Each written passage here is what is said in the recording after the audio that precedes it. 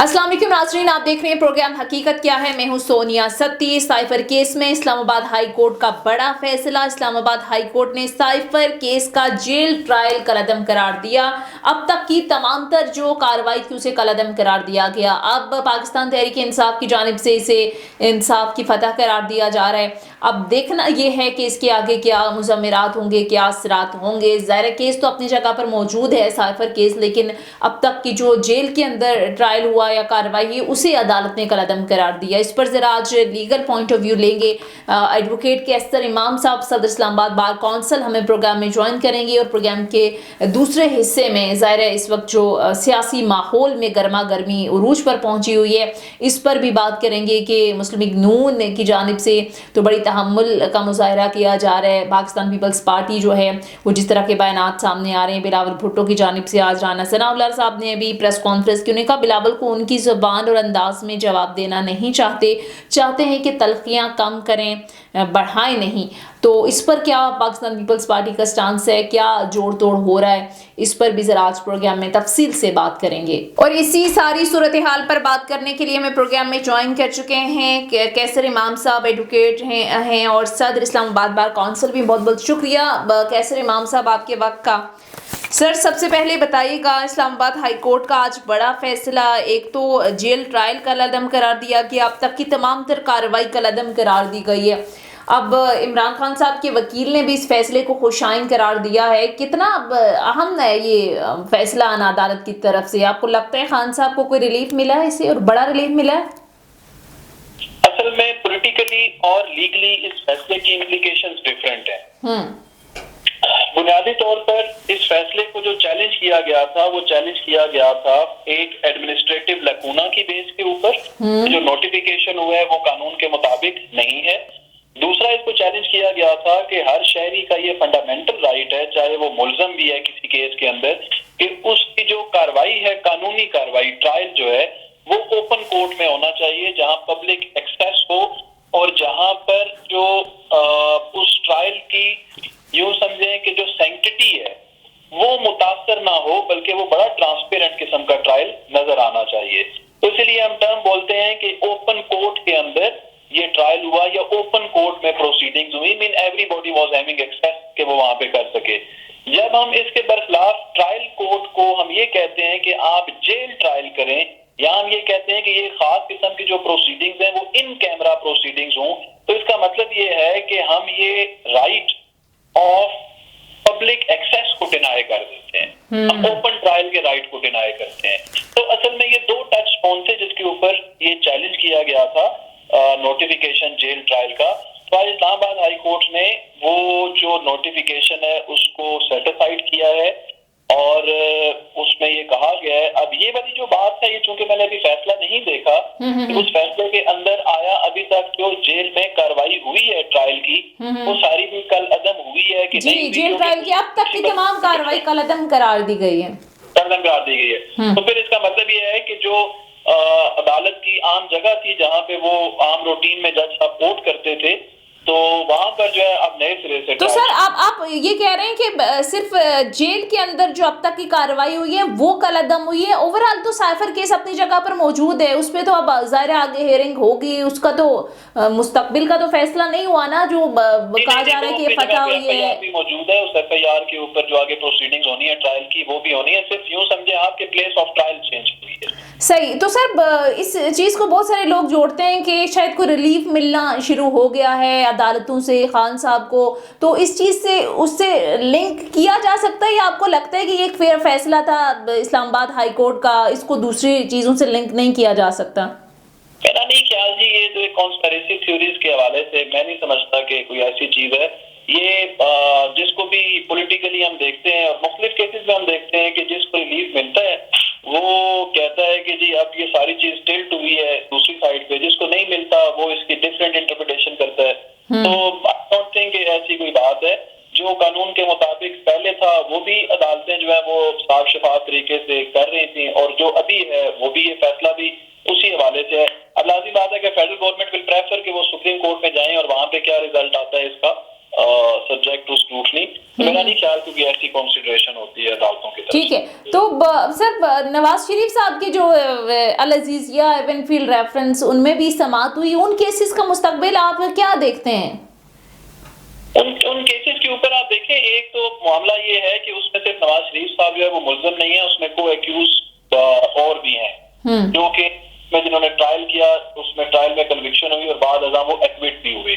तो उन चीजों को जो है वो उस एंगल से देखें तो मेरा ये ख्याल है कि वो अभी एक ओपन एंडेड चीज है और सब जो है तो उस पे वो अपील पे समाअत होनी थी कानून के मुताबिक और वो शुरू हो गई है। आई एम अवेयर वो कोई मुश्किलात देखते हैं आप नवाज शरीफ साहब के लिए आगे? हाँ, जिस तरह से ज़ाहिर है एक परसेप्शन बना हुआ है मुखालिफ सियासी जमातों की तरफ से या ओवरऑल ये कि एक रिलीफ मिला जिस अंदाज में वो आए, और आपको लगता है ये सारी चलें कॉन्स्पिरेसी थ्योरीज एक साइड पे रखते हुए आपको लगता है कि नवाज शरीफ साहब के लिए कानूनी महाज पर मुश्किलात हैं या आपको लगता है कि वो बड़ी आसानी से निकल आएंगे इन चीज़ों से? मेरे ख्याल में आसानी या मुश्किल तो थोड़ा सा सब्जेक्टिव सा सवाल हो जाएगा, लेकिन मैं ये समझता हूँ कि उनकी कानूनी टीम जो है वो जिस तरह इमरान खान साहब की कानूनी टीम बहुत अच्छी है, नवाज शरीफ साहब की कानूनी जो मुशावरती टीम है वो भी बहुत अच्छी है, जिस तरह पीपल पार्टी के भी जो है आई नो देम, जो हमारे दोस्त भी हैं, सीनियर्स भी हैं जो काम कर रहे हैं। तो मेरे ख्याल में उनकी जो स्कीम होगी, जब नवाज शरीफ साहब आ रहे थे तो उस टाइम मैं कहीं पे इंटरव्यू देते हुए आई हैव टोल्ड के प्रोटेक्टिव बेल का कॉन्सेप्ट है और इसी कॉन्सेप्ट के ऊपर ये चीजें जो है वो डेवलप होनी है, तो वो वैसा ही बिल्कुल हुआ। तो आई कैन फील कि ये मामला जो है वो आगे ट्रायल के अंदर सबका भी जो सिचुएशन में भी, तो आई थिंक टीम है वो उनके लिए बहुत बेहतर नताइज को लेके आएंगे। ठीक है, अच्छा सर आखिरी सवाल है, ज़ाहिर है सियासी मामलात को भी आप बड़े अच्छे से समझते हैं, अब अगर इलेक्शन होते हैं तो आपको क्या लगता है पीटीआई कहीं स्टैंड करती आपको नज़र आएगी? क्योंकि बहुत सारा एक ये भी बात होती है कि अगर पाकिस्तान तहरीक इंसाफ को माइनस कर लिया जाता है या बल्ले का निशान नहीं होता तो फिर उन इलेक्शन की क्या क्रेडिबिलिटी होगी? तो एज अ लॉयर या ज़ाहिर है सियासी मामलात पर भी आपकी नज़र है, तो आप देखते हैं कि अगले इलेक्शन में पाकिस्तान तहरीक इंसाफ हिस्सा ले सकेगी या क्या मामलात देखते हैं उनके लिए आप? मेरा तो ये ख्याल है कि जितने भी सियासी जमातें हैं, आप you name them, people party को आप देख लो, ने बड़ा कैटेगरिकली कहा कि जो पाबंदी है वो नहीं लगनी चाहिए, JUIF ने भी ये कहा कि पाबंदी नहीं लगनी चाहिए, इसी तरह जो नून का स्टांस है वो कभी भी ये नहीं हो सकता, एक पॉलिटिकल पार्टी का कभी भी ये स्टांस नहीं हो सकता कि किसी दूसरी पॉलिटिकल पार्टी के ऊपर पाबंदी लग जाए, बाकी कानूनी नुक्ता नजर मुख्तलिफ हो सकता है, लेकिन आपने हमारा जो है वो ये कहता है कि फेयर और ट्रांसपेरेंट इलेक्शन होने चाहिए, और मेरा जो एम्फसाइज है या जो मेरी रिक्वेस्ट है वो ये है कि आइन के मुताबिक इलेक्शंस जो होने चाहिए वो ट्रांसपेरेंट होने चाहिए, और डेमोक्रेटिक प्रोसेस यही है कि जो पॉलिटिकल पार्टीज हैं वो सारी उसके अंदर हिस्सा लें और उसके बाद अवाम जिसको मुंतखब करें वो आके हुकूमत करें, उनकी जो सर्व करें जो भी टेन्योर है आइन के मुताबिक। ठीक है, बहुत बहुत शुक्रिया। कैसर इमाम साहब सदर इस्लामाबाद बार काउंसिल हमारे साथ प्रोग्राम में मौजूद थे। साबिर बलोच साहब सीनियर रहनुमा पाकिस्तान पीपल्स पार्टी भी प्रोग्राम में हमें ज्वाइन कर चुके हैं। अस्सलाम वालेकुम सर, बहुत बहुत शुक्रिया आपके वक्त का। साबिर बलोच साहब, हम देख रहे हैं कि मुस्लिम लीग तो मुसलसल तहम्मुल का ज़ाहिर है उनकी तरफ से जो बयानात आ रहे हैं। आज राना सनाउल्लाह ने प्रेस कॉन्फ्रेंस की, उन्होंने कहा कि बिलावल को उनकी ज़ुबान और अंदाज में जवाब देना नहीं चाहते, हम तो चाहते हैं कि तलखियाँ कम हों बढ़े नहीं, लेकिन बिलावल भुट्टो जरदारी की जानिब से बैक टू बैक जिस अंदाज से बयानात आ रहे हैं कि बाबों की सियासत को ख़त्म होना चाहिए, नई क़यादत आगे आने चाहिए, फिर मुस्लिम लीग नून के हवाले से भी जो बयानात आए, सर अब आप भी नहीं चाहते कि तलखियाँ कम हों? मुस्लिम लीग नून तो जब भी उनकी किसी रहनुमा से सवाल होता है सख्त बयानात का, वो तो आगे से यही रिस्पॉन्ड करते हैं कि हम चाहते हैं कि हमारे दरमियान जो तलखियाँ हैं वो कम हों। तलखी से क्या मतलब, किस चीज की तलखी? बात यह कि इसमें अगर कोई असूली बात करे और अगर कोई शख्स ये कह दे कि जी के इलेक्शन ट्रांसपेरेंट और बिल्कुल ही गैर जानिबदार हो, तो इसमें तलखी की कौन सी बात आ जाती है? नहीं मतलब back to back chairman Bilawal साहब ने तो कभी ये नहीं कहा कि जनाब के हमारे लिए आसानियां पैदा करें और दूसरों के लिए आसानियां पैदा ना करें, लेकिन बज़ाहिर जो लग रहा है कि भाई कि आप किसी के लिए आसानियां पैदा कर रहे हैं और दूसरों के लिए पैदा नहीं कर रहे, जब नहीं कर रहे तो इसका मतलब है कि आप दूसरों के लिए मुश्किलात पैदा कर रहे हैं। तो अगर कोई शख्स अपने मुश्किलात की बात करता है और यानी पाकिस्तान में एक जो है ना एक ट्रांसपेरेंट और एक जानबदार इलेक्शन की बात करता है, तो इसमें तो तलखी की तो गुंजाइश ही नहीं रहती। तलखी क्या चीज होती है? मतलब लाइक बिलावल भुट्टो के मुस्लिम नून के हवाले से कुछ बैक टू बैक बयानात जो बाप पार्टी से जाकर मिले, इस पर भी बिलावल भुट्टो ने कहा कि भाई बेहतर होगा आप लाहौर पर फोकस करें। फिर बार बार उनकी जानिब से बयानात आते हैं कि ये बाबू की सियासत अब खत्म होनी चाहिए, इस पर भी ज़ाहिर है मुस्लिम नून के कुछ रहनुमाओं की जानिब से बयानात आए। फिर बैक टू बैक कुछ इस तरह के बयानात आते हैं कि हमें लेवल प्लेइंग फील्ड नहीं मिल रही, फिर फैसिलिटेट किया जाता है। नवाज शरीफ साहब के हवाले से उन्होंने मुतादिद बार बात की, तो इसको राना सनाउल्लाह साहब ने आज बाकायदा प्रेस कॉन्फ्रेंस की। उन्होंने कहा कि बिलावल को हम जवाब ही नहीं देना चाहते जिस अंदाज में वो बात कर रहे हैं। बहरहाल हैविंग सेड दैट सर आगे हाँ जी, उनके पास जवाब क्या है? उनके पास क्या, किस चीज का वो जवाब मेरी समझ में नहीं आ रहा कि जवाब क्या है उनके पास के जो दे देंगे। अगर उन्होंने ये कहा है कि जी कि बाप पार्टी का रेफरेंस दिया है चेयरमैन बिलावल साहब ने, तो उन्होंने बाजी की बात की कि जी कि जब उन्होंने सेनेट के इलेक्शन में जब सपोर्ट किया था हमें, तो वो सबसे बड़ा क्रिटिसाइज तो मुस्लिम लीग ने किया था। आज वो जाके उन लोगों से मिल रहे हैं, सब कुछ कर रहे हैं, तो वो सिर्फ यही बात कह रहे हैं कि जनाब हम जब करते थे, हमारे दूसरे जो करते थे बाप पार्टी के साथ अगर मेल मिलाप हुई तो उस पर तो आप बड़े सीख पा हो चुके थे, तो अब आप क्यों उनके आप जो है ना अब आप जो कर रहे हैं तो वो ठीक है। तो ये तो एक पॉलिटिकल बात थी, एक सियासी बात थी जो उन्होंने उसके माजी को याद दिलाया था। बाकी ये कि वो जो मिलना मिलाना ये वो हर एक का काम है। अब चूंकि पीपल्स पार्टी और जो है ना नून लीग वो मिल के काम कर रहे थे, तो उन्होंने उस इसी बात पे किया था कि भाई कि जब हम करते हैं तो गलत और आप करते हैं तो ठीक। तो ये इस कॉन्टेस्ट में बात की थी। तो लेवल प्लेइंग फील्ड सर आपको नहीं मिल रही पीपल्स पार्टी को कि जी चलो अभी बात सर लेवल प्लेइंग फील्ड नहीं मिल रही पाकिस्तान पीपल्स पार्टी को, इसका भी बड़ा शिकवा किया जाता है बिलावल साहब। देखो लेवल प्लेइंग मेरी अर्थ सुने, लेवल प्लेइंग का जो जहां तक बात है उसका तो मुस्लिम लीग से कोई ताल्लुक नहीं है। इसलिए ताल्लुक नहीं है कि मुस्लिम लीग खुद एक जमात है कि जो इलेक्शन में आ रही है।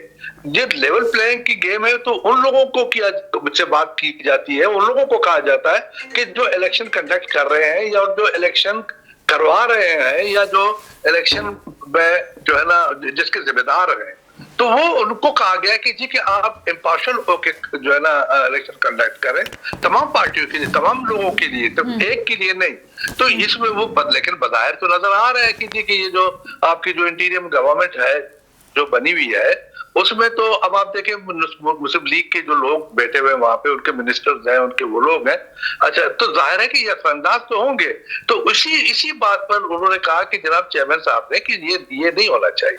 अब अगर इस किस्म का होगा तो फिर वन साइडेड इलेक्शन। तो सर आपको क्या लगता है फिर ठीक है फैसिलिटेशन की भी ज़ाहिर बात होती है कि एक सियासी जमात के लिए रास्ते आसान किए जाते हैं, सहूलियात दी जाती हैं उनको, जिस अंदाज में नवाज शरीफ साहब को बैक टू बैक रिलीफ मिला।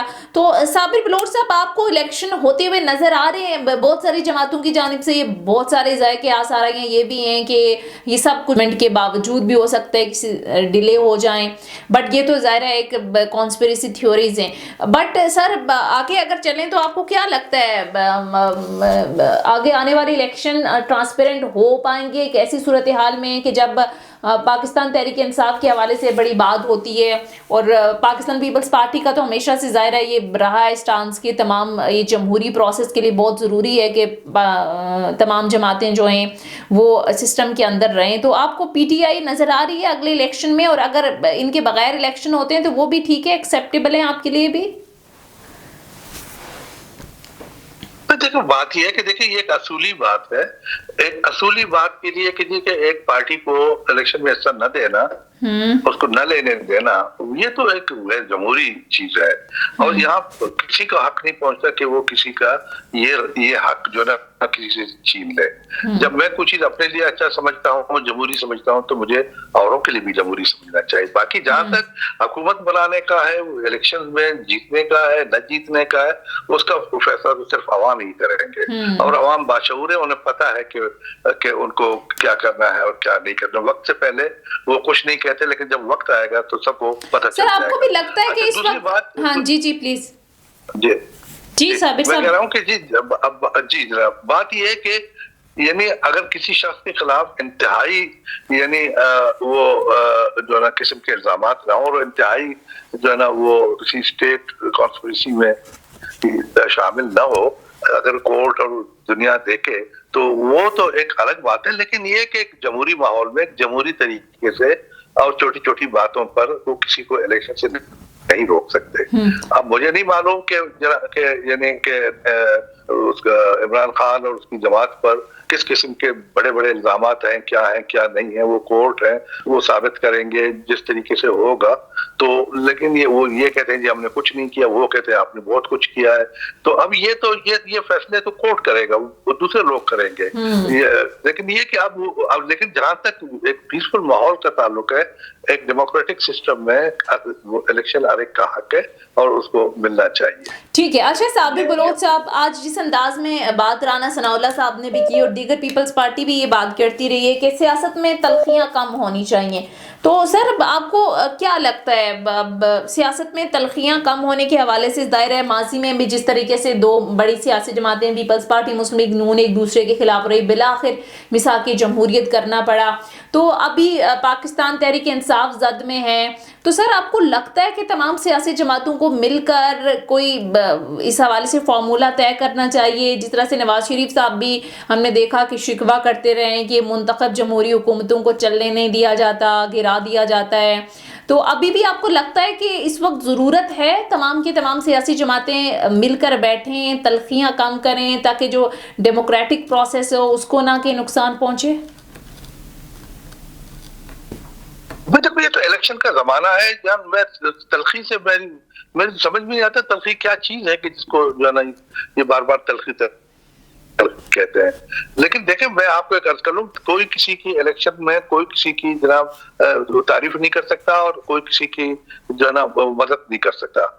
हर एक अपना जो है ना उसका अपना तरीकेकार होता है। और पाकिस्तान में जो आपका जो सियासत है या जो आपका जो तरीकेकार है इलेक्शन का, वो इतना mature to be with frank अभी तक नहीं है कि जी के हम जो है ना वो इतने खुले दिल के लोग हों और कंप्लीटली डेमोक्रेसी के जो है ना जो असल जो नॉर्म्स हैं उन्हीं के मुताबिक हम इलेक्शन कंटेस्ट करें या ना करें।